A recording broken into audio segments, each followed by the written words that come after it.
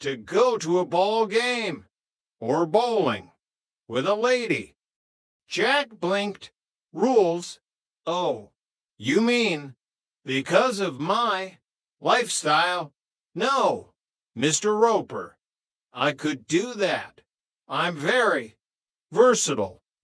Terrific. Stanley slapped his knee. Because I wouldn't want you to do anything that would go against your religion. My religion? Jack suppressed a laugh. Right, the Church of the Fabulous. Very strict. Well, see, we have this niece visiting us, Stanley explained. And Mrs. Roper and I were wondering if it would be all right if she went out with you tonight. Jack felt a cold sweat break out. He pictured a younger version of Stanley Roper in a dress curlers, a floral muumuu, and a voice like a hacksaw. Your niece? Yeah, but don't worry, you don't have to go anywhere where you might bump into your friends. You could take her dancing. The way you kids dance nowadays, you don't even have to touch her. Jack scrambled for an excuse. Mr. Roper, I'm flattered, truly, but I can't today. It's Jeanette's birthday. We've got a Jimmy cake. We're planning dinner. I can't miss it.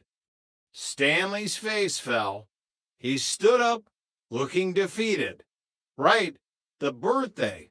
Wouldn't want to interfere with the festivities.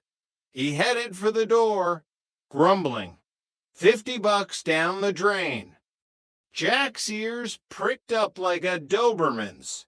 $50. Stanley stopped. Yeah, I was gonna pay for the night. Dinner, drinks, the works. Just to get my wife off my back about Karen being bored. Suddenly, the Jimmy cake seemed a lot less important. Jack thought about the rent. He thought about Jeanette's hocked cameo.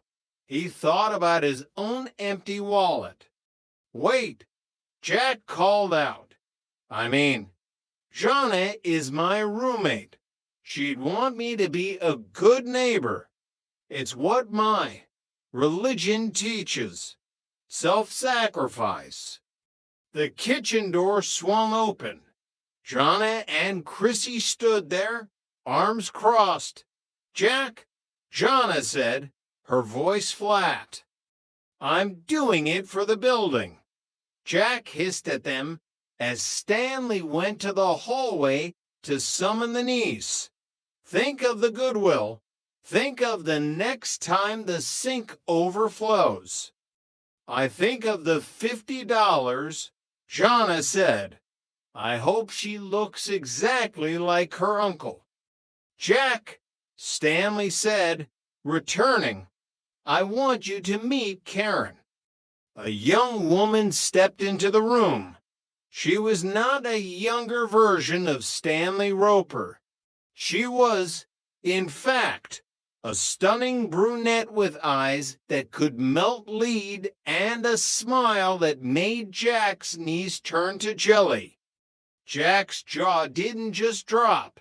It practically hit the shag carpet. Hi, he managed to squeak. Hi, Karen said, her voice like velvet. Uncle Stanley says you're the best person to show me the town. Jack turned to Stanley, who was holding out a crisp $50 bill. Jack snatched it with the speed of a striking cobra. Mr. Roper, you have a deal. Karen, let's go.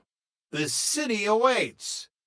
As the door slammed behind them, Jeanette looked at the Jimmy cake sitting on the counter. Well, she sighed. At least we have more cake for us. Chrissy looked at the door, then at Jeanette. Do you think Jack noticed she was pretty? Jeanette rolled her eyes. Chrissy, Jack's head is built on a swivel. He probably noticed her DNA sequence from across the room. Chapter 4: The Overheated Freeway and the Second Fitting. The night did not go exactly as Jack had planned. It began with a nice dinner at a place that didn't serve anything in a cardboard box, but the trouble started on the return trip. Stanley had lent Jack his car, a vintage sedan that Stanley treated with more affection than he treated Helen. Unfortunately, the car had the temperament of a pack mule and the cooling system of a toaster. 2 hours later, Jack and Karen were sitting on the shoulder of the San Diego freeway, watching steam billow from under the hood like a special effect from a horror movie. "I'm so sorry, Karen," Jack said, wiping grease from his forehead. "I think the radiator just decided to retire." Karen didn't seem to mind. She was leaning against the passenger door, looking at Jack with an intensity that made him feel very unarmored truck-like. "It's okay, Jack. I haven't seen this much of the freeway since I arrived. It's very gray." "I should have known," Jack muttered. "Roper probably hasn't put water in this thing since the Eisenhower administration." By the time they hitched a ride back and got a tow, it was nearly midnight. Jack walked Karen to the Ropers' door, feeling a strange mix of guilt and adrenaline. "I had a great time, Jack," Karen said. They were standing in the dim light of the hallway, even the part where we had to use your sweater to unscrew the radiator cap. "It's a versatile sweater," Jack said.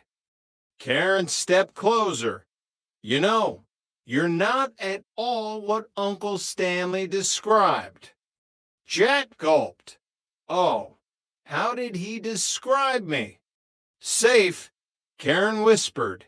"He said you were the safest man in the world." She leaned in. Jack had a choice. He could maintain the facade of the safe roommate, or he could be himself. The $50 was already in his pocket. The Jimmy cake was eaten. He leaned in. Suddenly, the door to the Roper apartment flew open. Stanley stood there in his pajamas, his eyes bugging out. "What's going on here?" Jack and Karen jumped apart. Jack immediately began a frantic, nonsensical mime of checking Karen's shoulder. "A moth, a huge, man-eating moth, Mr. Roper. I was just saving her." "A moth?" Stanley roared. "At midnight, in the hallway?" "They're nocturnal," Jack shouted, "and attracted to high-quality fabrics." "I saw what I saw." "Jack," Stanley pointed a finger at him, "you're acting normal. That's sick. I let you live upstairs because I thought you were. You know. And here you are, attacking my niece." "I wasn't attacking," Karen protested. "I liked them off." "Get in the house, Karen," Stanley ordered. He turned back to Jack, his face purple. "As for you, Tripper, pack your things. You're out. I won't have a heterosexual living under my roof." Jack stumbled back, his heart racing. "But Mr. Roper." "Out." Chapter 5: The Silent Treatment and the Hero's Return. Jack climbed the stairs to apartment 201, his feet feeling like lead. He had $50 in his pocket, but he was about to be homeless. Worse, He had